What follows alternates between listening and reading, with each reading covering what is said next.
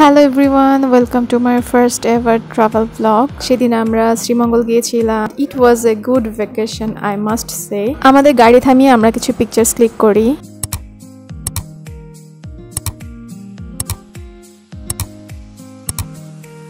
এবার শ্রীমঙ্গলে গিয়ে আমরা প্যারাগনে উঠেছিলাম. প্যারাগন আমার কাছে মোটামুটি গোছানো মনে হয়েছে, যদিও একটু ছোট, কিন্তু তারপরও খারাপ না, আসলে ভালোই বলা চলে. আসার পরপরই ওরা আমাদের ওয়াটারমেলন জুস সার্ভ করে অ্যাজ এ ওয়েলকাম ড্রিঙ্ক. এরপরে আবার ওরা আমাদের অরেঞ্জ জুস সার্ভ করে. দেন আমরা এখানে কিছু পিকচার্স ক্লিক করি. দেন আমি ওদের ক্যাফেতে হোয়াইট মোকা ট্রাই করি. ওই ড্রিঙ্কটাও অনেক মজা ছিল.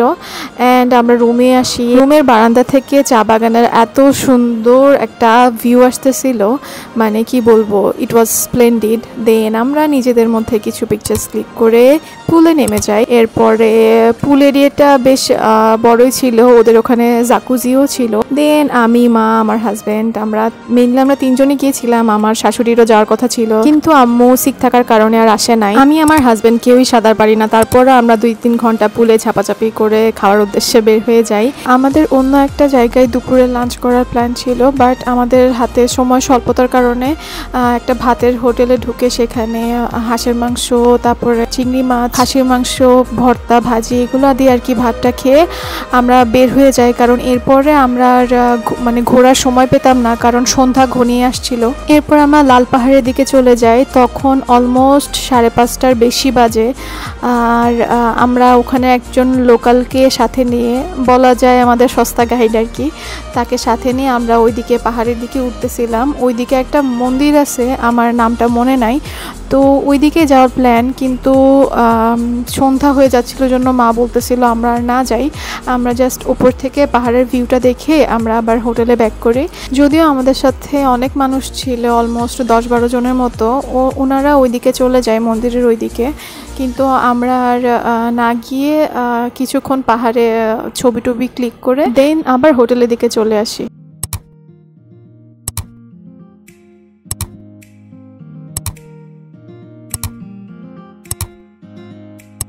এরপর আমরা মণিপুরে মার্কেটে গিয়েও টুকটাক কিছু কেনাকাটা করি. দেন আমরা আস্তে ধীরে 9:30 থেকে 10টা নাগাদ আর কি হোটেলে ব্যাক করি. এরপর এসে পুল সাইডে দেখি একদমই প্রায় ফাঁকা বললেই চলে, 2-1 মানুষ ছিল. তো আমি নেমে পড়ি. অ্যান্ড গরমও লাগতেছিল অনেক, কজ এই যে হাঁটাহাঁটি করার পরে অনেক বেশি ঘেমে গিয়েছিলাম.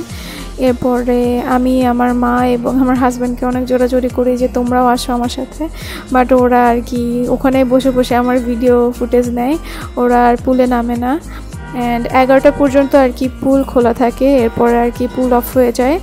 আমরা উপরে আসি এগেন, মজা করে আমি একটু চা বানাই, চা খাই আমরা. অফকোর্স আমরা শ্রীমঙ্গলে আছি, তো চা খাওয়াটা ম্যান্ডেটরি. দেন এগেন নিচে গিয়ে কিছুক্ষণ বসে থাকি. নিচে ওয়েদারটা একদম ঠান্ডা ঠান্ডা ছিল, রাতের বেলা বেশ ভালো লাগছিল. এরপরে রাতে আমরা পাস্তার স্প্যাগেটি আর চিপস খেয়ে দেন পরের দিন সকালে আমাদের কমপ্লিমেন্টারি বুফে ব্রেকফাস্ট ছিল, সেটা করে আবার জাকুজিতে নেমে আমি আর মা কিছুক্ষণ সময় কাটিয়ে বের হয়ে যাই মাধবকুণ্ডের উদ্দেশ্যে. মাধবকুণ্ডটা অনেক দূরে ছিল, আর রাস্তাটা ইটের রাস্তা ছিল জন্য খুবই মানে কষ্ট হয়েছে যেতে. অ্যান্ড ওখানে পৌঁছানোর পর আমি এই ক্যাবটা 10 টাকা না 20 টাকা দিয়ে যেন ভাড়া করি, জাস্ট কয়েকটা ছবি তোলার জন্য. অ্যান্ড ছবিগুলোর আউটকাম বেশ ভালোই আসে. এই যে ছবিগুলো, এখানে আমরা চা পাতা দিয়ে মুড়ি মাখানো খাই. তারপরে ওই যে মায়ের ছবি, যে উপর থেকে মাধবকুণ্ড লেক. এরপরে আমরা লাওয়াছড়া চলে যাই, লাওয়াছড়া উদ্যান. এখানে গিয়ে কিছুক্ষণ সময় কাটিয়ে তারপরে নিজেদের মধ্যে পিকচার্স ক্লিক করে আমরা বের হয়ে যাই. দেন খাবার দাবার খেয়ে আমরা ঢাকার উদ্দেশ্যে রওনা দিয়ে দিই.